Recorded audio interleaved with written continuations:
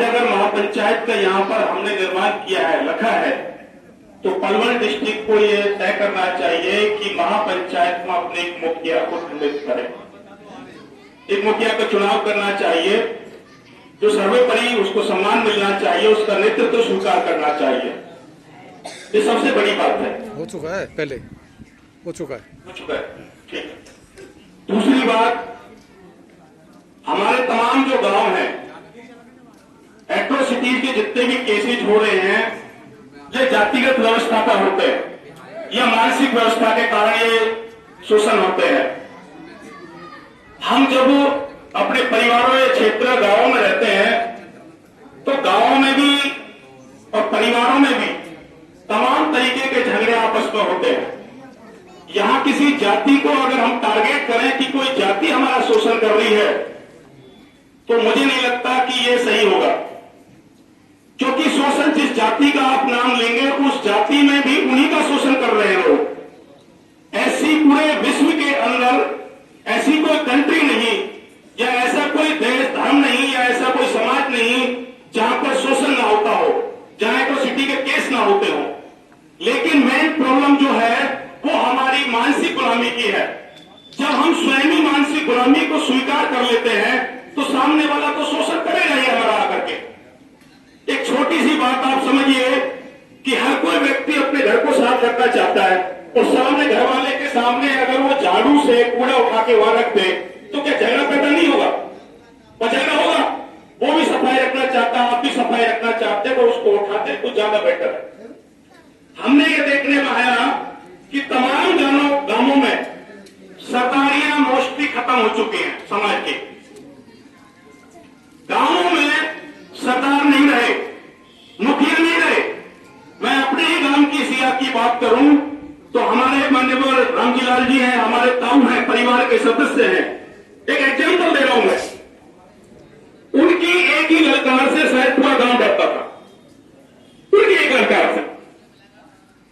शायद उसके पीछे दो ताकत थी, एक बुद्धि की ताकत और एक समाज की ताकत। जब समाज में मुखिया हुआ करते थे, तो उन फैसलों को लेने के लिए उन मुखियों से पहले संपर्क साधा जाता था कि आज समाज के अंदर ये पीड़ा हुई है, इसका निवारण कैसे किया जाए। हमारे बुजुर्ग हुआ करते थे, 4 लोगों को तो मैंने अच्छी परफॉर्मेंस देखा है। हमारे दादाजी थे जब प्यारेलाल जी, जब वो बोलते थे गांव में, तो एक ही नंबर हुआ करता था, भाई ये बोल देंगे वो चलेगा, फाइनल है। गुजर समाज है, उन पर कल नंबरदार नत्थी है, ये नंबरदार हुआ करते थे, और उनके ही कहने पर पूरा समाज चल देता था। आज आप देखिए कि हर गांव, हर घर में, हर परिवार में ऐसी समस्याएं हो गई हैं कि उनके सरदार नहीं रहे, उनके कोई मुखिया नहीं रहे। और जब मुखिया ही नहीं रहे तो विवाद तो होंगे, क्योंकि फैसले के निपटारे के लिए मुखिया को आना पड़ेगा। मुखिया के अंदर वो बुद्धि और पेशेंस और सहनशीलता होती है कि चाहे उसके परिवार ने प्रॉब्लम क्रिएट की हो या सामने वाले में क्रिएट की हो, तो दोनों का गठजोड़ इस तरह से बनाता कि आकर के ये प्रॉब्लम दोबारा ना हो। आज हमारे समाज की ये बहुत बड़ी गंभीर समस्या है, और आज आप हर गांव में देख लीजिए, कोई किसी के प्रतिनिधित्व को स्वीकार करने के लिए तैयार नहीं। जब आप गांव और समाज और परिवार में अपना प्रतिनिधित्व स्वीकार नहीं कर सकते, तो संगठनों में कहां से प्रतिनिधित्व स्वीकार कर लेंगे? यही बात संगठनों में लागू होती है। आज पूरे देश के अंदर अभी जो मनोज जी ने बताया कि तमाम सारे संगठन, तमाम सारी जातियां बनी हुई हैं।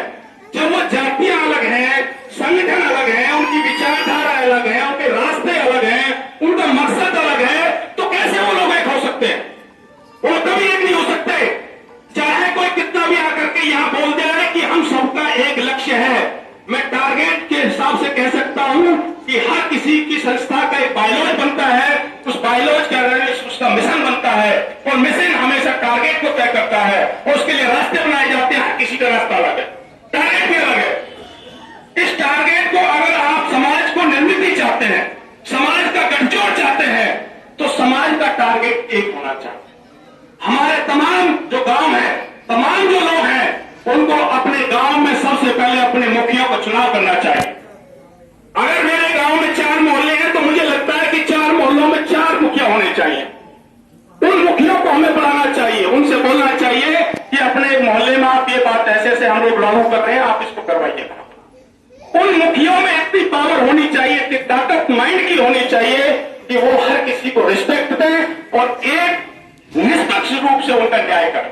ऐसा ना हो कि मेरे ही बच्चे ने तो दोष कर दिया और दोष दूसरे पे डाल दूं कि भाई इसने दोष दिया है, तो वो पंचायत या वो सरकार कभी सक्सेस नहीं हो सकता। उसको सक्सेस होने के लिए, उसको आगे बढ़ने के लिए समतामूलक अगर समाज की स्थापना करनी है, तो जो तथागत गौतम बुद्ध ने और बाबा साहब ने या और हमारे महापुरुषों ने सबसे ज्यादा जो लड़ाइयां जो हमें लड़ी है या विचार जो हमें दिए हैं, वो आपको माइंड से डेवलप होने के लिए दिए हैं। व्यवस्थाएं तो शुरू से चलती आ रही है, चलती रहेंगी जब तक आपके माइंड का विचार चेंज नहीं होगा। अभी कभी व्यवस्था को चेंज नहीं किया जा सकता। आपको सबसे पहले अपनी व्यवस्था चेंज करनी चाहिए, एक दूसरे की रिस्पेक्ट करनी चाहिए। अगर आपके गिले शिकवे हैं तो हमको निपटाना चाहिए। लड़ाई भी होगी है तो उसको खत्म करने का प्रयास करना चाहिए। कैसे करना चाहिए कि अगर मैं हूं, अगर मेरे दो बच्चे हैं, दो बच्चों में झगड़ा हो जाए तो क्या कोई बाप चाहता है या परिवार चाहता है कि वो दोनों अलग अलग रहें? कोई नहीं चाहता। लेकिन आज हम लोग अपने ही परिवार के सदस्य, अपने ही परिवार के लोगों को अलग अलग करने में लगे। ये हमारी गंभीर समस्या है, इसको हमें निजात पाना चाहिए, इसे छुटकारा पाना चाहिए। अगर आपने इस तरह की शैली अगर बना ली तो आज यहां पर मुझे लगता है कि 10 हमारे मुखिया बैठे होते जिन पर सर पे कुक बना होता समाज का, और हम गर्व से कहते हैं कि पूरे पनवेल डिस्ट्रिक्ट के अंदर ये हमारे मुखिया है। इनका हमें सम्मान करना चाहिए और जो उनकी वर्डिंग है उसकी वर्डिंग के एक फैसले पर पूरे पनवेल डिस्ट्रिक्ट को इकट्ठा होना चाहिए। क्या लाखों की संख्या इकट्ठी होनी चाहिए थी? उसका इतना जुनून, उसका जोश जो आप लोगों के बल से बनता, आपकी बुद्धि से बनता, वो विकास पैदा करता है। और जब विकास होता है, लोग संगठित होते हैं और संगठित होते हैं तो कोई ऐसी ताकत नहीं जो किसी के संगठन को तोड़ जाए या किसी पर कोई शोषण कर जाए।